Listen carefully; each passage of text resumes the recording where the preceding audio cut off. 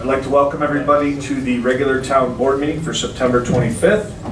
I'd ask that everybody please turn off their cell phones, pagers, and electronic devices, and assisted listening devices are available for the hearing impaired. I would ask everybody to please stand for the Pledge of Allegiance. Pledge allegiance to the flag of the United States of America and to the republic for which it stands, one nation, under God, indivisible, with liberty and justice for all.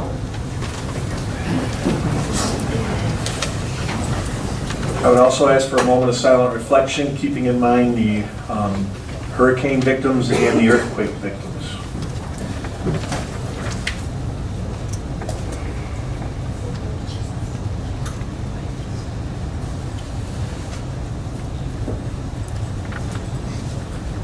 Thank you very much. Agenda approval. Does anybody have any changes to the agenda? Okay. Under Councilman Morel, the no smoking, that's going to be tabled, so it will be discussed. And we would briefly need to speak about the environmental secretary. Okay. Is that on the agenda? I'd like to add it so we can discuss it. Move ahead, it's not there. I'll put that under Councilman Guy. How about the attorneys? Do we need to put anything on the agenda? I have nothing. Okay. I have an executive. Ryan, hold the mic down, please. I have an executive session matter involving potential litigation with regards to an incident of a resident's property damage and action may be taken afterwards. Okay. Is that all? That's it for me. Okay. Move to approve the agenda as amended. Second. All in favor? Aye. Aye. So moved. Resident statements. Nancy Correa. At the end. The end, okay. Patricia Nashwinter. As you all know, I live at 888 The Circle. I'm here on behalf of the neighborhood, and it's with regard to the Upper Mountain development by the Rubino brothers. The Dominos are not here tonight. They're stuck in Colorado, and they want everybody to know that they wanted to be here because they had a lot to say. Apparently, Mr. Domino did get a copy of the traffic study, and Bronson Drive was not included in there, so that is a great big concern. It was only on Upper Mountain. This is just hearsay, he just wanted me to bring that up. And as you all know how we all feel about this project, I just want to ask the town board, what stake do the Rubino brothers have in this community? Because it is here is where my family, what my family has staked in this community. My husband and I have lived at 888 The Circle for over 23 years. Our two children have been born and raised here. They have gone through school and graduated from Lewiston High School. And they go to college here at Niagara University. Well, one's graduated, one is a sophomore there. My husband and I have both volunteered in this community. My husband coaching multiple teams, t-ball teams, baseball teams, softball teams, and football teams. We have owned businesses in this community. I want you to ask yourselves, what do the Rubinos have vested in this community? Nothing.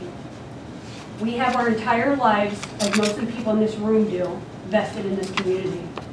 I am requesting that this matter be tabled again tonight. Thank you. Thank you. Barbara Keevy. 37 years I have served the public here as a salesperson. I have been involved in several communities and new subdivisions. I have represented many builders and many people here, including Saddlewood from its inception. And in the beginning, when Saddlewood was started, the people also that are here tonight, many of them did not want Saddlewood to take off. So in order for Saddlewood to become successful and get approved, we had to set aside 9 building lots that would abut the Bronson home property, which we did. The reason for that was the Bronson families felt that the townhouse market was going to be inferior to their values, so therefore they wanted to have some kind of certainty that their values would be kept up. So we have homes, I would have to say, of the 9 homes from 350,000 to just a little over $500,000 up there. So the people, again, were protected. I do want to tell you that there's definitely a need in the community for patio homes. People want a lifestyle. They don't want a common wall. I think Saddlewood would have done much better over the years if we were patio homes, because people still like their privacy. But however, we did sell with Saddlewood, and we did sell many of those homes more than once. I am telling you and requesting that this be taken very seriously for the community. We have a lot of elderly people in our community that would serve very well by feeling comfortable in a patio home subdivision. And there's really no negative to it. And as another thought, I just want to bring to everybody's attention that a lot of the people whose properties up at the Wally Mall farm, they did purchase land from Wally Mall while he was alive. So they were already thinking back then that this property would be sold, and they wanted a buffer zone. So if you look at the plot plan, there are chunks everywhere. So a lot of these people already were protected. They knew that this could happen. So that's about all I have to say. Thank you. Thank you very much. Would anybody else like to speak? That's all. That's the only people I have signed up to speak. Would anybody else like to speak? With that, we will close the resident statements. Tonight we have a presentation for the Niagara Military Affairs Council. Fred, you're taking care of that? Yes. Fred Queso. Thank you, Supervisor and town board members. On behalf of the Niagara Military Affairs Council, we really want to thank the town board, this town board, and ones in the past, along with the taxpayers of the town of Lewiston for the past support of NIMAC. I'm here tonight to ask for your consideration of continuing that support. NIMAC's a group of volunteers. We've worked 22 years to strengthen the connection between the Niagara Falls Air Reserve Station and this community. Importantly, we try to communicate between, make a strong connection between our local elected officials, state elected officials, and federal elected officials with the military leaders on the base. The base, as most of us know, is the largest employer in this community. 3,000 jobs are directly impacted on that base. Many of them residents of this town. Many businesses in this town do business with the air base, and as do hundreds of others throughout the community. I'm the treasurer of NIMAC. It's a volunteer position. I've held that post since 2004, and I've been involved in this organization at some level since back in 1995. For those who don't remember, 1995 was the year that the federal government's Base Realignment and Closing Commission said they're going to close the Niagara Air Reserve Station. At that time, the NIMAC was formed, the community came together, we put some more facts together and showed the members of the BRAC that they were wrong in their assessment and some of their initial information that they gathered, and the base was saved. We fought off another BRAC back in 2005, same type of situation, and the community rose up. But today, our mission for NIMAC is even more important. We all owe a huge debt of gratitude to current Chairman John Cooper and the late Merrill Lane for the 22 years that they put in keeping NIMAC an operating organization. As a member of that board, I know that we are constantly working to bring investment to the base.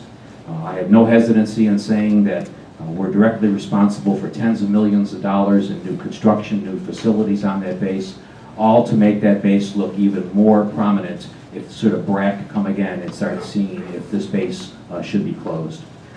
I also see the value of NIMAC as we work hand in glove with the leadership of the base and our representatives who have direct access to the Pentagon.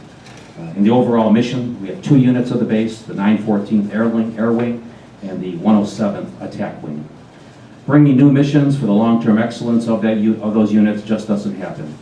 We looked at our notes. It was back in 2011 when our strategic plan committee came to the NIMAC board and working with the colonels at the base and said, you know, looking out at the Air Force and what's going on and the abundance of C-130 planes and those other bases throughout the country, we're going to lose our C-130s. We need to have a replacement for that, or our wings are going away. At that time, they enlisted the help of a lot of elected officials, and today, the air refueling mission is back at the base. We have the infrastructure and the piping there, and we put it all together, and those airlift wings are now continuing to operate. You have a document in front of you that will help you see how we utilize and what we meet with the military and appointed officials, gives you some nice background. But I'm here tonight to say that without the funding to retain our consultant who works in Washington and a part-time administrative staff member that we have that keeps the wheels of operation, we're in trouble. We do receive support from numerous other communities, and we would ask for some continued consideration from the town. I'm the treasurer, as I said. I see where every nickel is spent for our organization. I know we are very tight with the buck. And I can also say very proudly that in all the audits that we've had conducted from NIMAC, we've always had clean management letters. We did get dinged this year for not sending out a 1099, but we made up for that right afterwards. We have a history of accomplishment, and the Air Base, we all know, vitally important in this community, and we'd ask for your continued support. Finally, one final note, NIMAC also plays an important role in the air show that's held at the base each year. The Thunder of Niagara Air Show this year is going to return June 9th and 10th in 2018. It's going to feature the U.S. Air Force Thunderbirds. Money that NIMAC raises at that show goes directly back to the family supporting units at the base, especially during the times when those units are deployed. So we ask you to continue to support the mission of NIMAC. Thank you. Thanks, Brad. Okay, we're going to move on to department head statements. I'm going to start with Dave Train. Slight accident in our shop down Swan Road, and the garage door is down, the building's unsecured. So what I was looking at doing is having a company come in and make repairs. But I'll need approval from the board to move money into their fund to have the building repaired. I haven't got an estimate on cost yet, but I can't leave it unsecured anyway, so whatever it is, it'll be funded. I'm sure you've already discussed it with Yes, Marty. We have the money in our fund, but we don't know what it's gonna be yet, so we'll have to. Well, the thing is, it will be covered by insurance, so it's a matter of fronting the money Yes. too. Okay. But it could, because we're late enough in the year, I could see it going over the year. In a situation like this and with an emergency, if we don't have it within his budget, we can always use H97 and then reimburse it when we get the insurance proceeds for it. So I just need permission to front the money until the insurance pays. I don't have any problem. Yeah, no. Yeah. Just because because, you know what I mean, I'll be going over my budget line. Right. So the insurance covers me. Okay? Right. What do you think the cost? What do you think the cost of that is going to be? I have An no estimate? idea. Is it 10 to 20,000? I have no idea. I mean, I think the concern I would have is just without the number being in front of us authorizing spending. Well, I can't leave the building unsecured for 2 weeks. I know, and I think that, isn't there a provision in the law, in the code that allows them to spend on an emergency basis? You guys can you can have a resolution made declaring that it's an emergency and that there's a possibility that town property is gonna be damaged, and authorizing expenditure without bidding, you can do that. You wanna have a ballpark, maximum amount, something. Yeah, because it could be longer than 2 weeks, because our next meeting falls on a holiday. So it's not going to be till that Thursday. They can't give me, he's supposed to give me an estimate in by next Wednesday. The insurance been notified you? Insurance company? I don't know if Amy was told today. I didn't find out until 3:30 Friday. How many vendors are there that supply those types of doors? We've been using the same vendor. It's his door, his opener, and everything else. And he's done working stuff to the building, so he probably just gave it to one vendor. Who's the vendor? I don't even know what his name is. Okay. Call him in. Seems like we have to do something. Right. Right. A motion to declare this an emergency situation and authorize David Train to secure the building with a repaired or new door. Second. All in favor? Aye. Will that cover it? I would just include a finding in there that it's necessary, and if you don't do it, that there's a likelihood that if theft or Theft. loss of damage to town property. Because of potential theft or damage of equipment. They take pictures in case the insurance doesn't get there before we replace the door, so we got the insurance. Or else we have pictures and everything will be there. I'm sure insurance will be there before the door's fixed. Okay. Okay, thank you. Good? Thank you. Oh, yeah. So we have a motion, or a change to the original motion. In a second, all in favor? Aye. So moved. Okay. Donna, any department concerns? Captain Anzani? Yes. Chief asked me to report, as I'm sure everyone's aware, there was the Invest and Invest program that 2 concerned citizens had a fund drive for us to purchase ballistic vests.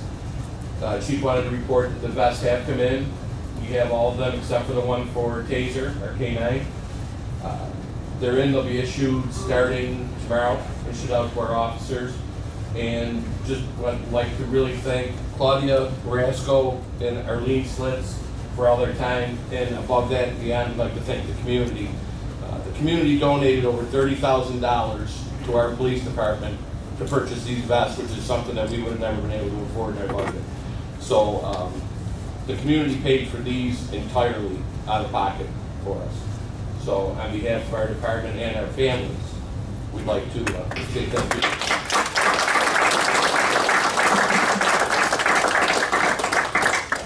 Thanks, Cap. Tim? Anything? Bob? Anything on the agenda? Jeff? Nothing today. Nothing? Mike Townsend? You got me to do it now under old business? Sure. For council, the fire hydrants had was looked at by Ryan Greasy. He accepted that. It was going to be okay. We could please move forward and accept the bid for Marwall. They were a little bit, $5,700. Couldn't happen. The equipment to do it. Okay. And that's for the fire hydrant installation on the circle? That's correct. Move to authorize the spending of $5,700 to Marlowe for the fire hydrant at 817/823 Circle. That's Marwall. Marwall. Okay. A motion, you have a second? Second. All in favor? Aye. Is that it, Mike? Okay. And then let me see who I'm missing. Dan Shaw's not here. Bertie Rotella. Just a couple of things, I think you guys can hear me. The charging station grant is now open, so we're needing some detail on the budget, working with Councilman Morial on that.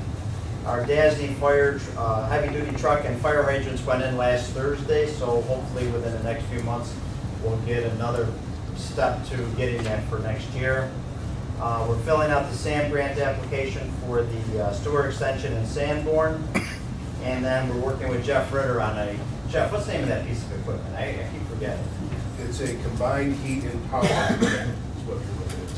And that's going through NYSERDA. So that's just some of the things we're working on right now. Okay.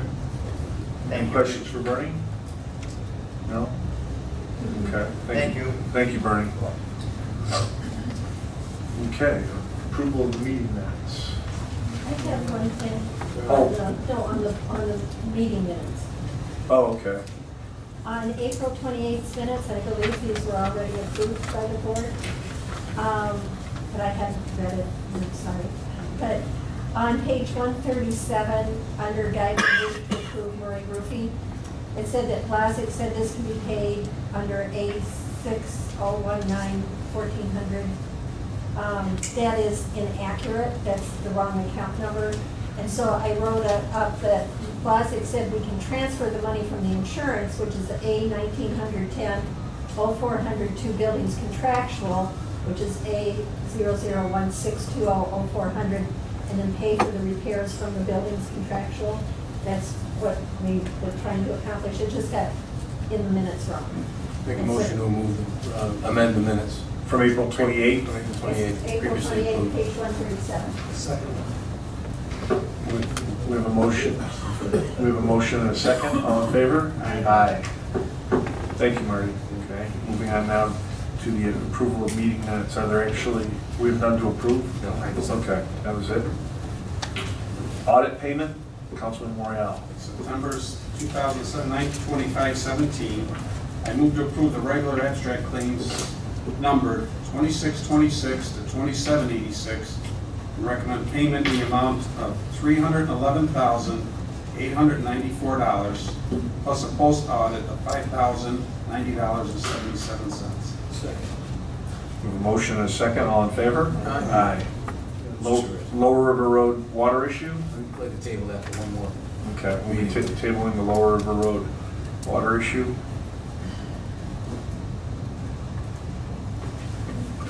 Drainage issue, Sauter Settlement Road. Right. Table that, it's something that we are still working on. Okay. Tabled. Dog shelter, Bob Lannon. A request for bid, and choose the mic, please. Yeah, he's the mic. I worked with Donna and Tim, and we put together a bid package, which has been issued to 4 potential bidders today. I expect to have bids come back to Donna on October 4th for further consideration by the board, I believe on the October 12th, which will be the work session in October. Had there been contact with those particular vendors that they're planning on bidding? I just don't want to end up with a situation. I will follow up. I've spoken to all of them, left message for 2, and my intent is to issue more than 3, so in case some don't, we'll have 3 to consider. Thank you. Personnel issue, Barb Joseph. Steve, with dog shelter, are we gonna still submit that grant, or we're not gonna do that? I believe we're still gonna submit the grant. Okay, that means we can't do anything until we have a contract, so we can get an estimate, but if we're gonna use grant-funded money, we have to get an award letter and then an executed contract, because just to make sure that we get reimbursed. Okay, well, I tell you what, make contact with Donna tomorrow, and we'll, Well, I was under the impression that they haven't even shown anything, the Ag and Market hasn't even presented anything, they haven't even said that there even is one. Cycle is open, it's ongoing, so, I have to do that. I can check again, but. please call Donna in the morning. All right, we'll do Okay, it. because this is Donna's kind of her thing, and, I'll fight it. okay. But Thank I you. would suggest that Mr. Landon continue moving forward with this operation. Yeah, Okay. okay. Personnel issue, Barb Joseph. I looked into that. The request she's making does fall within both the town code book and the new contract with that particular union, so it's up to the discretion of the board whether or not to grant the request. Okay. You're gonna make a motion on it? Memphis Insurance Committee, if you would like to make a motion. I would like to make a motion that we accept paying Barbara Joseph half-day pay while she's out on disability. For additional 20 days. Up to 20 days. Up to 20 days. Second. We have a motion and a second, all in favor? Aye. Does that run from today or from? I believe it goes back to when she ran out of the time. I don't know if she, Can we do that, Ryan? Yeah. Back to Take the motion retroactive to just the day she was off. yeah. Okay. So I need to make a motion to make it retro from the time she first went out on her disability. Correct? So when she ran out of Or time. when she ran out of time, sorry. When she ran out of time, Yeah. correct? Second, all in favor? Aye. Video recording equipment. We're moving ahead with that. Professor Alonza has selected the equipment, and he's working closely with Donna, and they will be ordered very quickly. And he does want permission to be able to take the equipment and calibrate it before it is installed. So that once it arrives, he would like to have that authority to do so. And I don't know if we need a motion to that, just let him know he wants to make sure it's all calibrated before it's put up. What is that? The, You don't just turn it on? no. Yes, yes and no. I know you just turned it on. Leave that portion out for the moment. Okay. And I don't think there's anything we're doing other than it's, I was gonna he's updating us. We've already approved the Right, purchase. right, yeah. So, nothing else. Okay. Thank you. rezoning Niagara University. On that, the board's aware about what's going on with that. Local law was introduced at the last meeting. At this point, I'm just asking the board to schedule a public hearing for our October 23rd meeting. Okay. So We have a motion and a second for October 23rd, you said, Yes. at 6 PM. We have a motion and a second. All in favor? Aye. Aye. Upper Mountain Road PUB concept plan. Mr. Supervisor, I had spoken to you, I think briefly last week. I'd also received several emails from the Vino brothers regarding some certain implements that they're doing based on the public hearing. I would ask that this be tabled for at least one more meeting. I'm planning on going out to meet with some of the residents that are out there, and I believe that Mr. Morial had also had mentioned that he wanted to do the same. So if we can just table this for one more meeting at least, to see if we can make sure that we have all of those particular concerns incorporated into the final plan. Okay. I have some questions if they want to take them tonight, or if that's something we'll bring forward for next week. The Rubino brothers? They're here. Mr. Rubino, would you like to step up to the mic? That'd be great. I got a couple questions. This is a big project going on in the town, and I've never been on this board with a project of this magnitude. I've only been here a little over a year and a half. And there's a few things I've seen happen with all the developments that we're trying to eliminate, basically, is what we're doing. We're here for the taxpayers also, and we want to make sure you get a good deal, we get a good deal.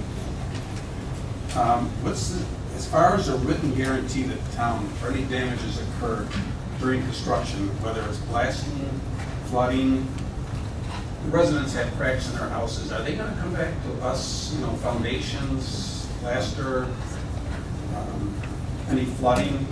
What kind, can you get a bond? I don't want residents coming suing the town, while you're doing this development. How does that handle? Sure, as far as any blasting that came up, and again, that's not even a given that there's going to be blasting that's going to occur, depends on the depth of the bedrock for the retention. Well, any type of construction. Yeah, but as far as with the blasting, and Mike Metzger tried to touch on that last time a little bit, to get a blasting permit, there is a survey that's required before any activity takes place. So it's house to house. The company the blasting company hires this independent company. They survey the houses. How's your basement? Do you have any cracks? Do you have any cracked windows? Do you have any cracked drywall? And it's all noted.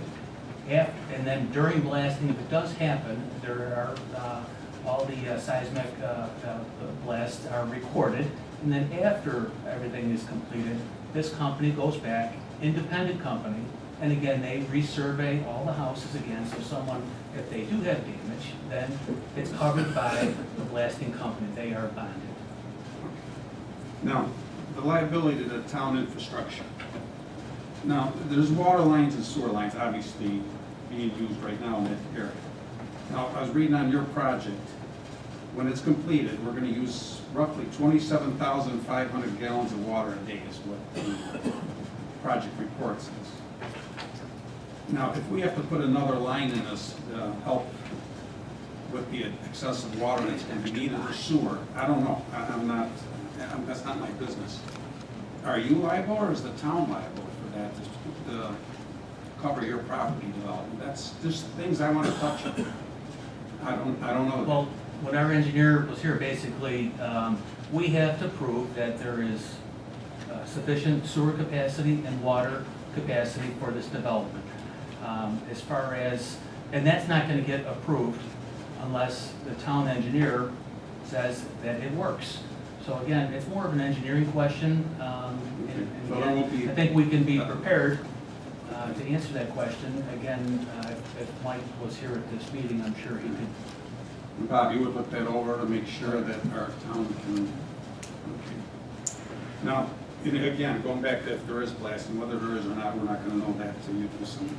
The Power Authority needs to be contacted because they've had some issues with their dike. And actually, I brought an article and that was in a reporter with their sinkhole showing up around there. Back in 2015, there was a study done, and I actually printed it off to me. So I don't know if the vibration would go that far. We're not that far from there, but I think you should contact the power authority just to find out if they have to be notified and anything that there is gonna be. Absolutely. So are we talking with respect to the blasting or just the Yeah. development itself? The blast.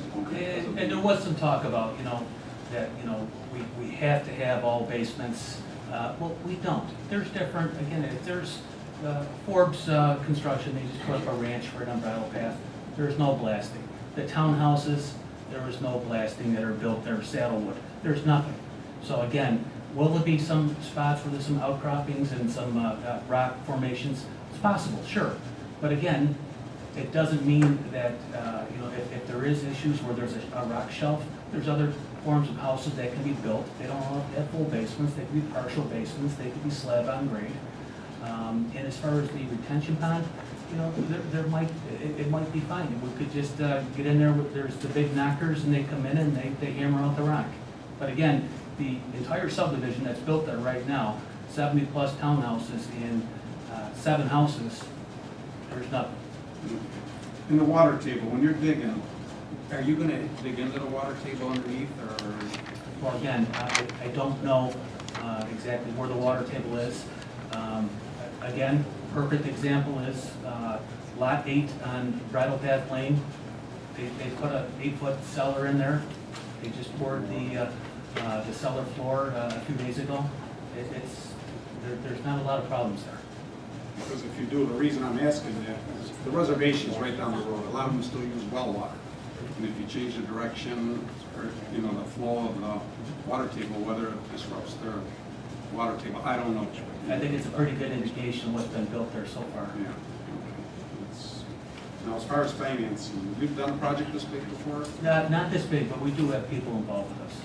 Because in our code book, it says evidence of financing plan, the applicant proposes used to complete the proposed plan unit development. So evidence of applicant's prior successful completion of projects of similar scope meets the satisfaction of this project. And I do believe we answered that the first planning board meeting.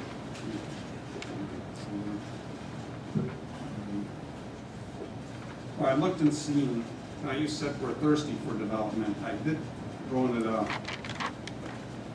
office the other day with Chris, and we looked to see how many building lots. There's 245 approximate building lots available in Lewiston as of today to build, so I'm just going with your study. You're telling me we need it. That's quite a bit of land, but I don't know. Our phone is actually ringing. We have a list of people that are interested in this development.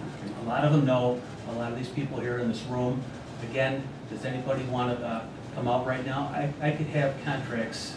It's a good piece of property. It's a great location. People knew about it from years ago. I mean, they obviously, at their time of their lives, they're in the big houses. So again, this is something that if there was not demand, we wouldn't be here. We are not Lewiston residents. That's come up a few times. But again, what we do is we buy a piece of property for the zoning. The zoning is there. We see if there's demand. If there's capacity for the infrastructure, there is. So again, we wouldn't be here unless those were true. Okay, and your environmental assessment form I was looking at, it says drainage status of the project site, soils. It says poorly drained, it's checked off, and it's 100%. What does that mean? I'm not the engineer, but I've seen that on almost every application. I think soil typically is poorly drained. And then it says, is the project site in a designated floodway? It says yes. Is the project site in a 100-year floodplain? Yes. Is the project site in a 500-year floodplain? Yes.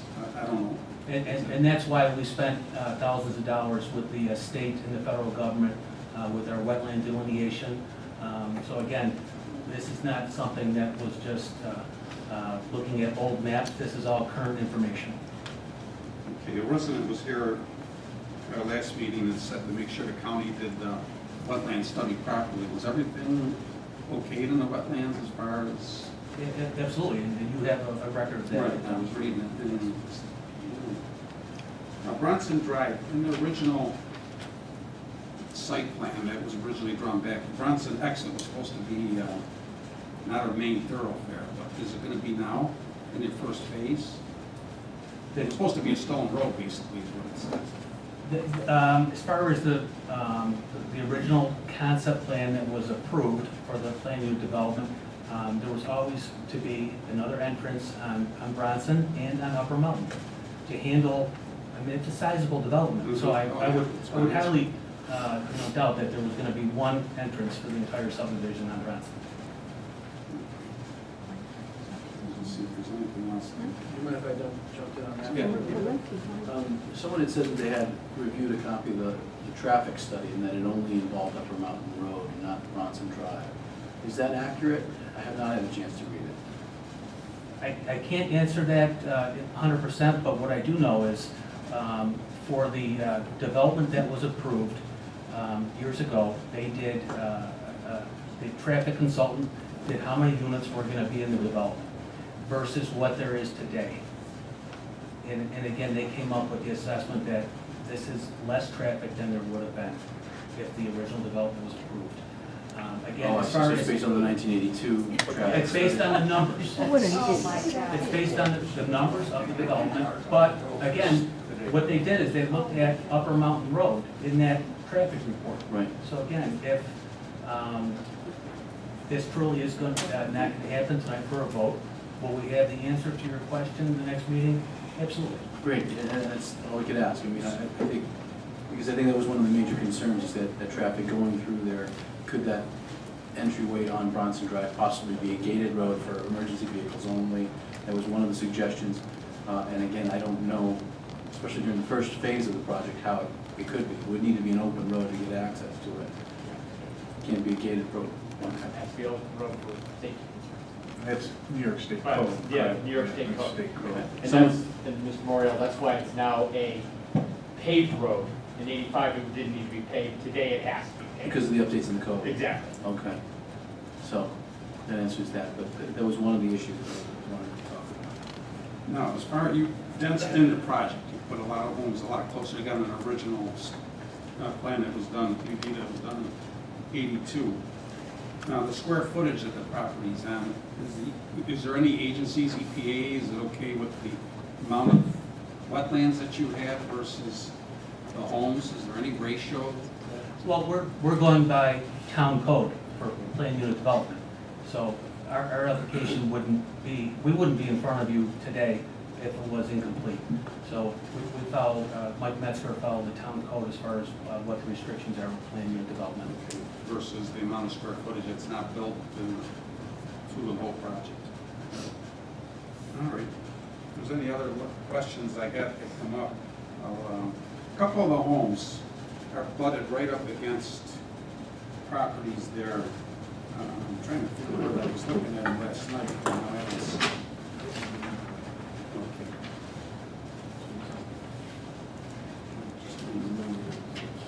Oh, here it is, right here.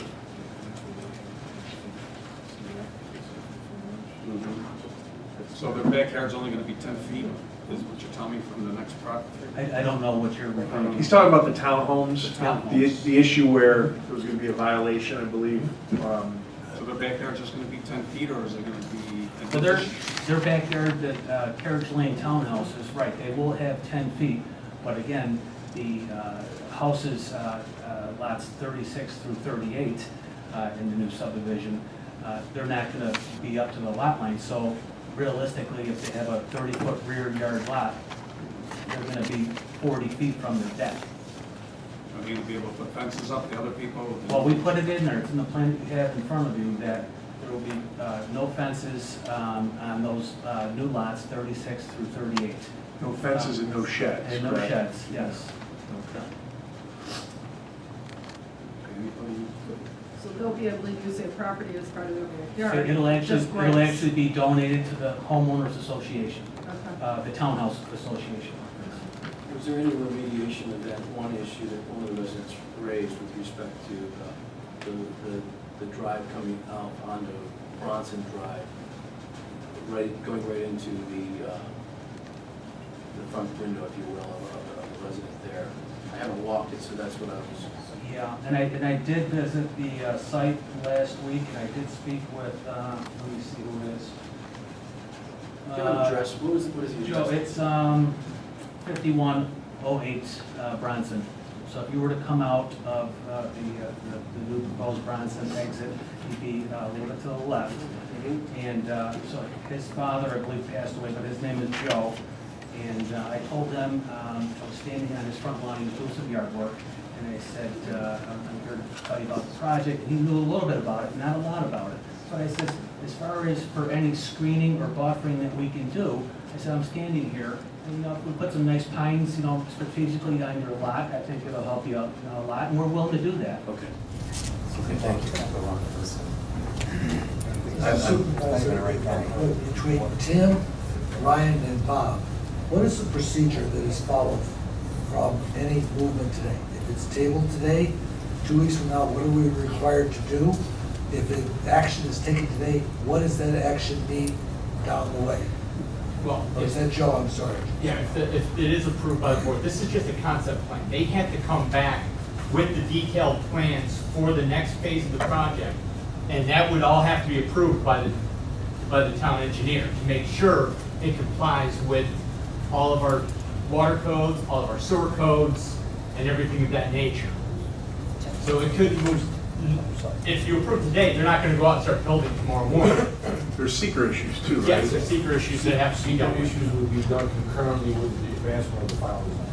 So if a conceptual plan is approved, it does not guarantee that the project will move forward. Once the secret is presented, if there's still questions, the project could die at that point. Yes, and there's other plans that have to be provided to the town engineer and to our building inspector. When does the clock play into it? Is time frames? I'm not sure what the question Well, is. sometimes you have 30 days, 90 days, 180 days to make a decision. Tim, do you have that offhand? Or are you looking it up? I just looked it up.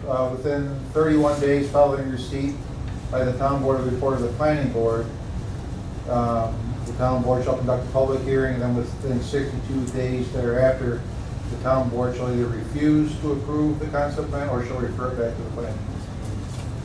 So 62 days. 62 days. Yeah. 62 days. From the public hearing. Yeah. Which was 2 weeks ago. Well, the only issue now is the traffic study, including Bronson Drive. We're correct? Well, this Round. I'm sorry, I thought you were asking. No. The only issue that you have is the traffic study, Right. not Because a lot including of Bronson Drive. residents, the traffic right now on Bronson Drive is horrendous. Right. With school buses and just the traffic. Bill, how long did it take to get that traffic study done? The traffic study, it was just a number of weeks, I believe, because you had a letter almost immediately after our planning board meeting. Speaking as the planning board chairman now, but you did have the letter from from the engineer, traffic engineer, almost immediately. But then shortly thereafter, I believe the town received the traffic study was posted on So the traffic study is done by an independent firm.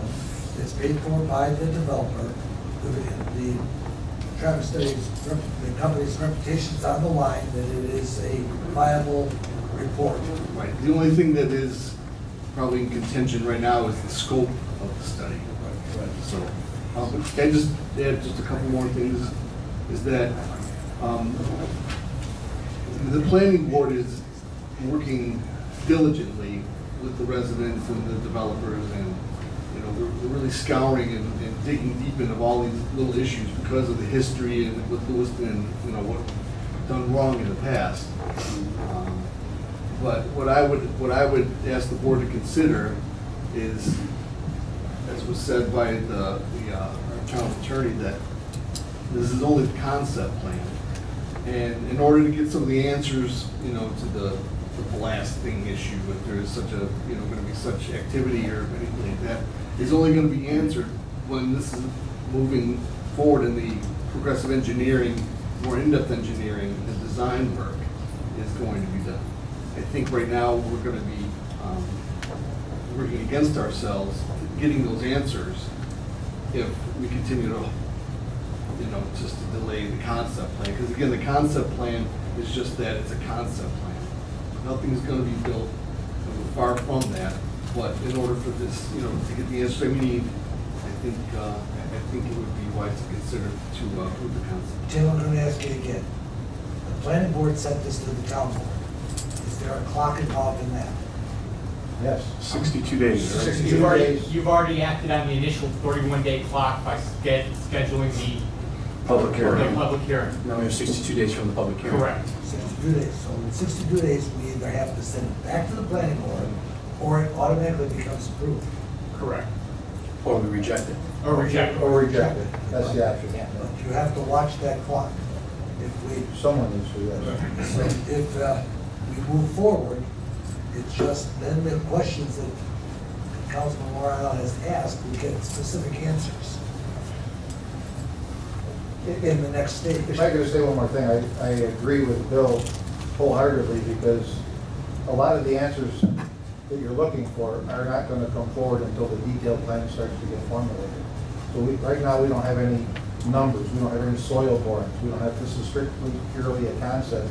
In fact, the traffic analysis isn't even required by the town code until the detailed plan. So a lot of the questions that are being asked really need to be addressed at the detailed plan instead of the concept plan. Because the whole idea behind it is you put together a concept plan and everybody is okay with the general idea. And then you start putting together, will the drainage work? Is there rock out profits? Is there going to be blasting or not blasting? Can the sewer actually handle it? Can the water actually handle it? That's when the numbers crunching really comes in. So I think the majority of your questions, Rob, I think will be answered more so at a detailed plan than this preliminary stage. So for us to get the answers, we need to move ahead. If the town board accepts the concept. If you like the concept. Which was I think it's a conspicuous change from 82. It really is changing a lot, but it's still part of that PUD. Correct. The other thing, on a patio home, I was looking up the definition on a patio home. There's a lot of different explanations for a patio home. Yours are gonna be 1 and 2 story? They're not gonna be. Detached, right, exactly. And the main thing is, it's the, we talked at a few of the meetings, it's just takes the burden off the homeowner as far as for the exterior maintenance. That's what it is. You know, again, people, they're not, I mentioned previous, they get rid of their lawnmowers, they get rid of their snow blowers. There'll be a lot of empty nesters, a lot of snowbirds. And who runs an HOA then? Just like Saddlewood, they have a townhouse association. You elect a board, and there's a president, vice president, secretary, treasurer, and they put together a budget. And they could probably use the same landscaper that they're using, you know, or it might be, they might use ours. But again, we worked hard with Saddlewood as well. I know Dan Venuto's here, he walked in, he's the vice president.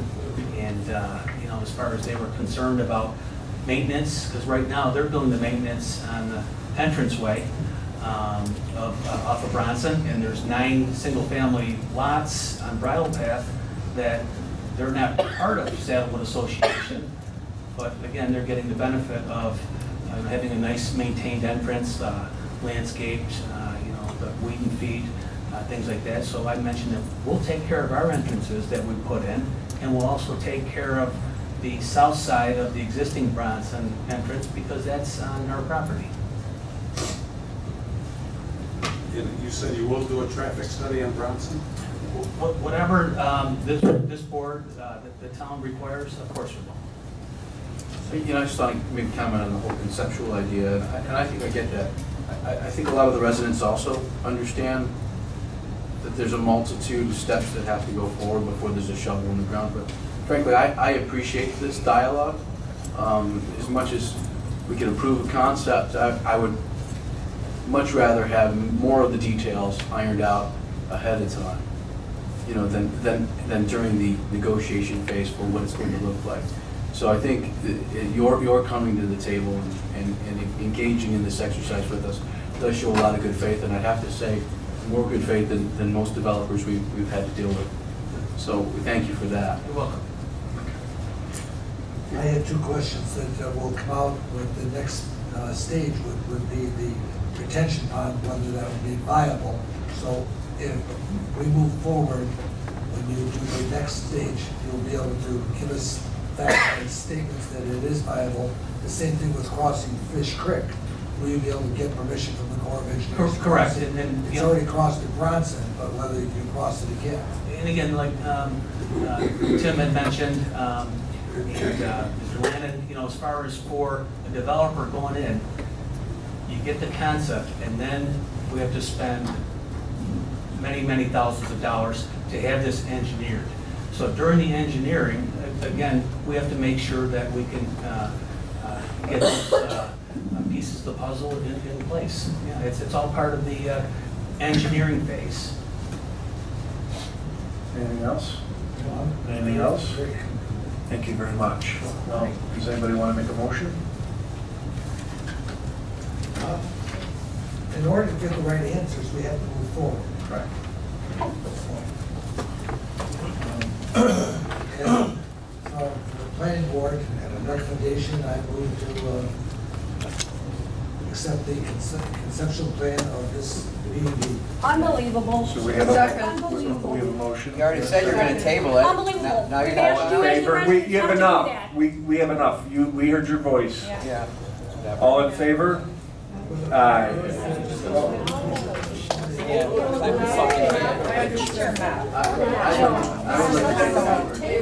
You guys just said you're gonna table it, now you're not, right? We're taking a vote, okay? Okay. So we have a motion and a second. Can I just Any make a questions? discussion? I would like to table this, that's all. Pull the board. I would like to table it just for one more meeting. so that I can- Thank you. Thank you.